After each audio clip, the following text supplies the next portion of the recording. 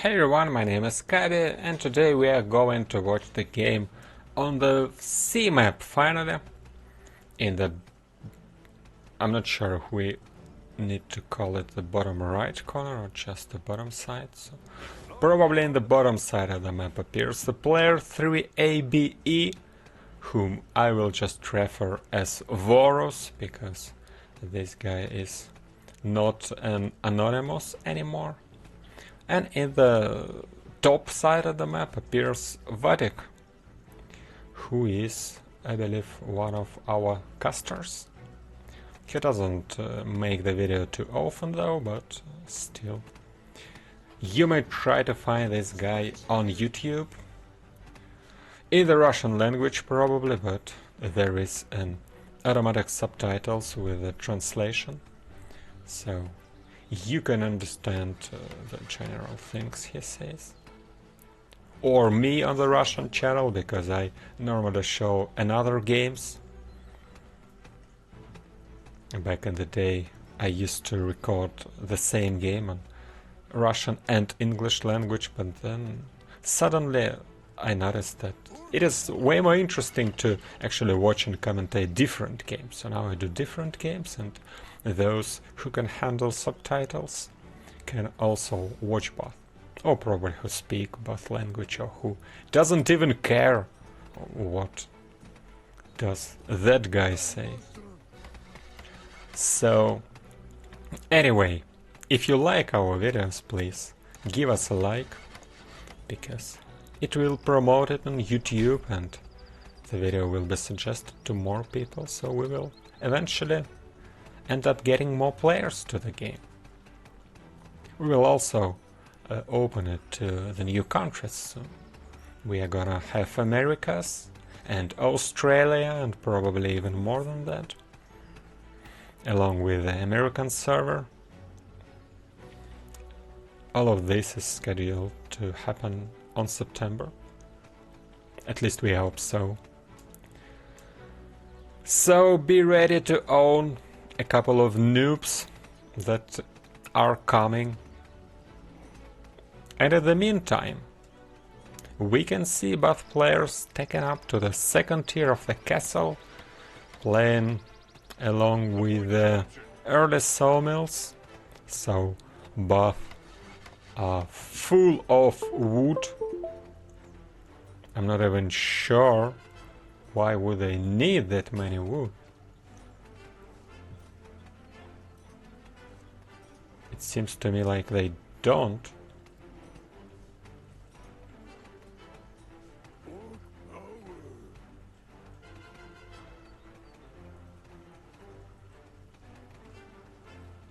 Forces are under attack. All right, so the goon decided to go and harass a bit of workers, and the worker was way too slow to escape. Ideally, you're not supposed to lose any workers to this kind of harass. But in one of the recent video, I was thinking and talking about this kind of harassment. You don't let the player to actually cut the wood, and the players went like, this is very weak and it doesn't work.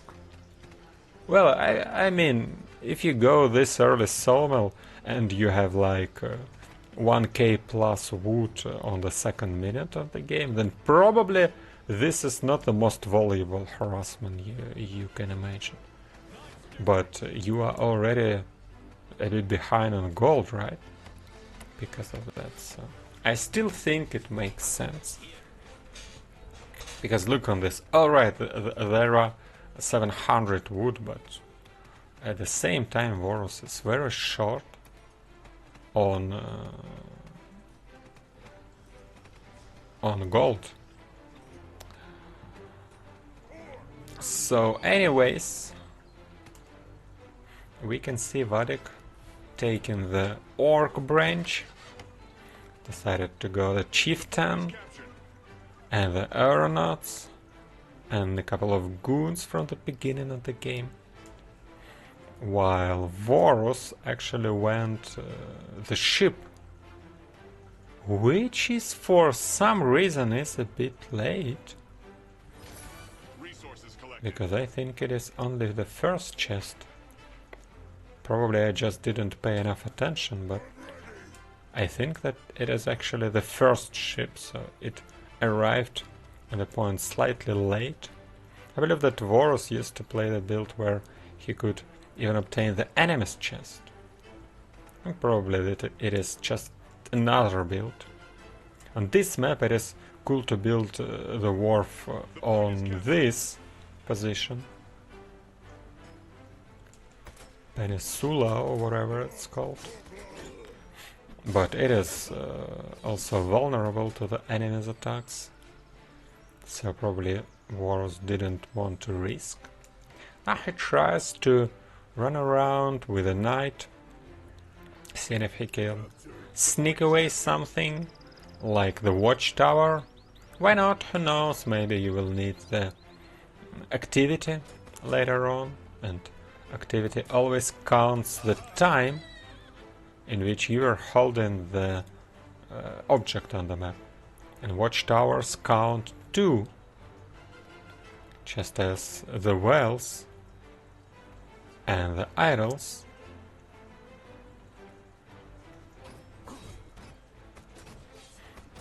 We will probably end up at, changing the activity system from what it is now to something else. But currently it doesn't really count your actual activity, so if you just tap a lot of buttons or run around the map, it's not what we call activity in this system. In this system it just counts how many units you killed, how many units the enemy killed, and same about the buildings and same about the heroes. And then how long you were controlling the objects on the map. And then every parameter where there is enough numbers are counted in the percentage. And then we sum all the percentages, and then we receive activity. That's pretty much how it works. Probably we need to re-explain it in the socials, by the way.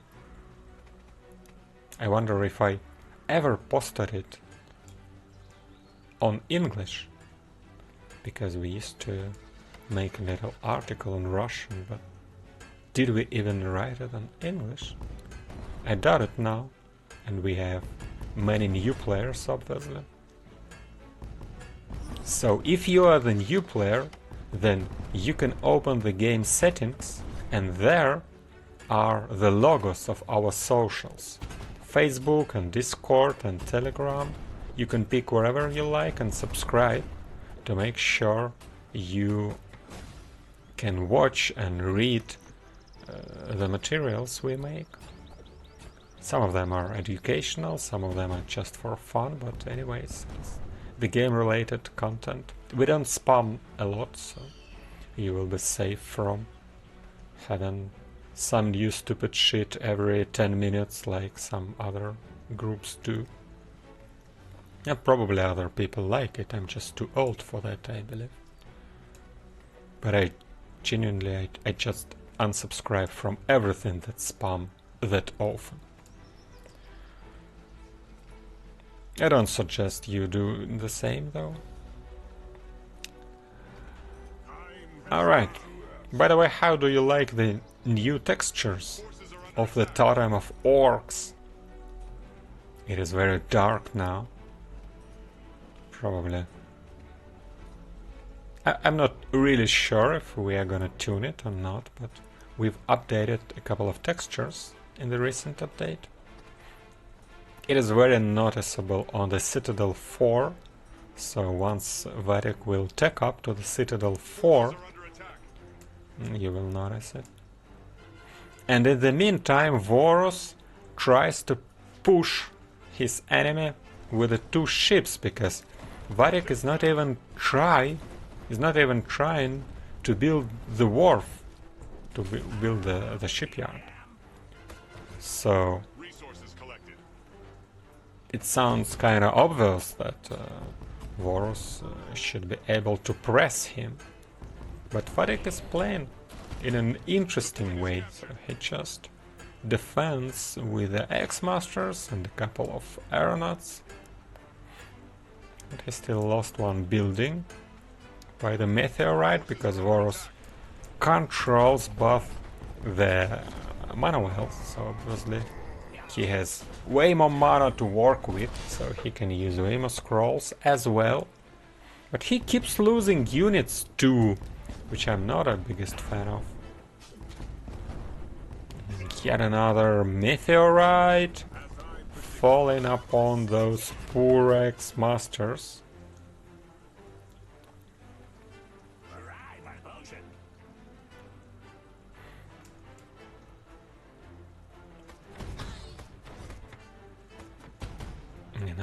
Now the aeronauts come to finish off the exposed sloop.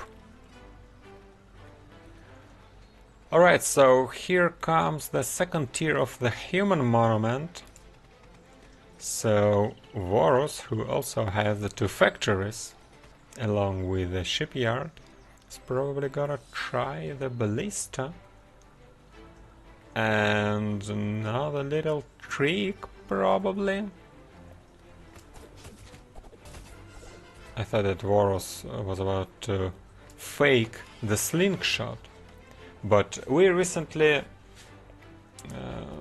lowered the durability of the Firefly scroll, so it can't tank the tower anymore.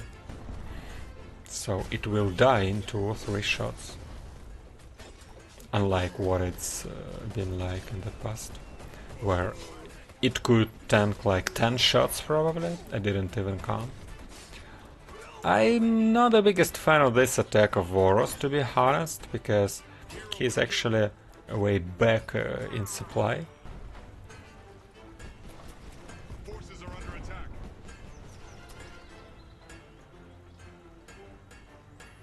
And those ships still not able to actually break this defense. So on this map it seems like if you have ships, you can destroy the shipyard, obviously, which will build in this position. But if there is no shipyard, then you can't even do much with the sloops, at least. Probably you can do more if you build the caravel. But then you might be in trouble against the aeronauts. So it is the problem that many players actually ping me with, that when it comes down to the fleet games, it is actually very hard to deal with the aeronauts. Even though sloops are obviously stronger, but if you are trying to tech up, then you can't really face aeronauts anymore, and much aeronauts anymore, because helicopters are obviously not helpful, and the enemy still can build the schooners. So currently it is really hard to actually understand how to use the third tiers. I mean, wherever we call it, the second tier ships or the third tier ships. I think we decided to officially call them the second tier ships, but what I mean is the undead ship and the elven ship, and it is really hard to use them unless you play a team fight and you, with your teammates, you won the battle in the sea, so you can add caravels or galleons. Probably we should somehow address this problem.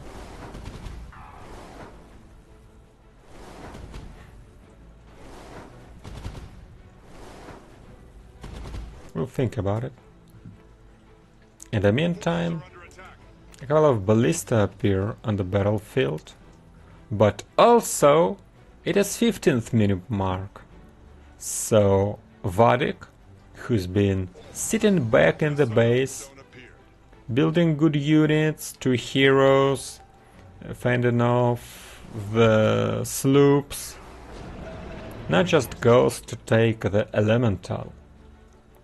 By the way, the Varus is a big hater of the elemental concept, so Vladek probably is aware of that, so trying to abuse the enemy's worst nightmare, which is the elemental coming up on him.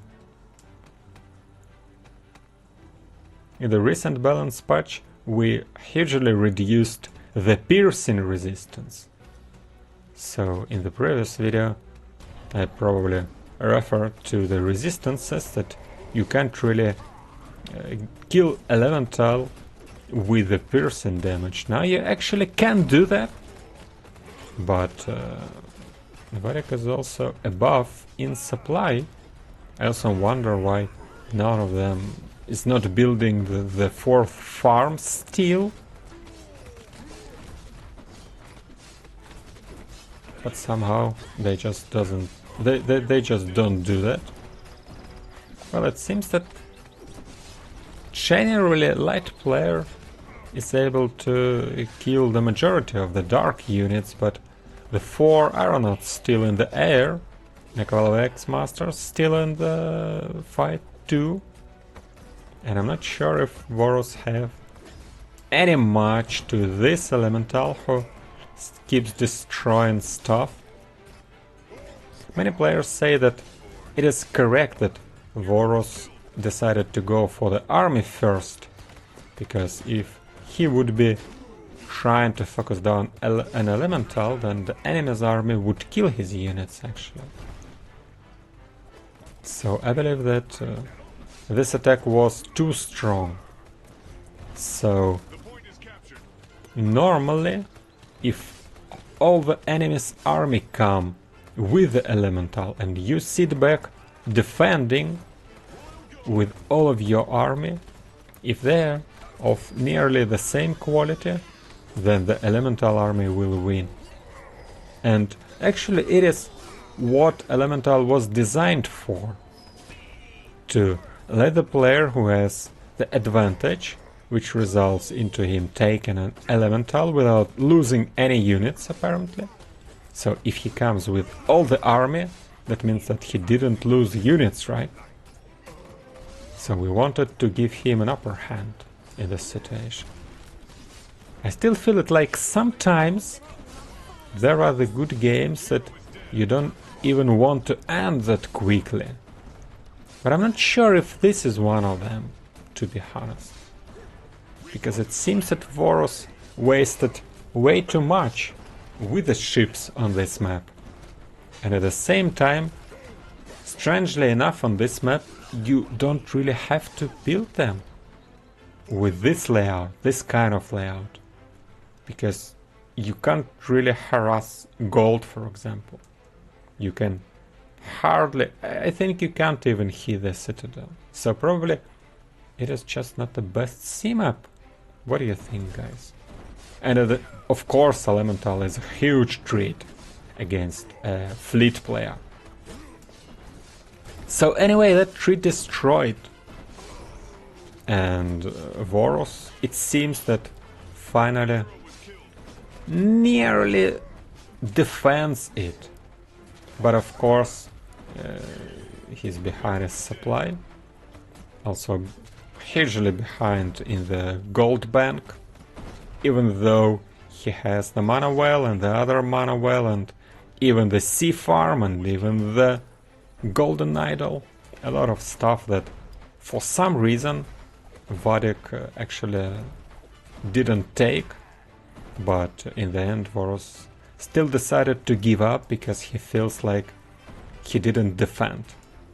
And probably he wouldn't defend if the game would continue and Vladek will continue producing units and just make the rally point here. So probably you can try this stuff. If your enemy will go shipyard and you will scout it, you can try to counter it without a shipyard, building more ground units and playing from the elemental. Let us know if it works and make sure to give us a like on this video and subscribe to the channel, and I'll see you next Sunday with a new video. Bye bye.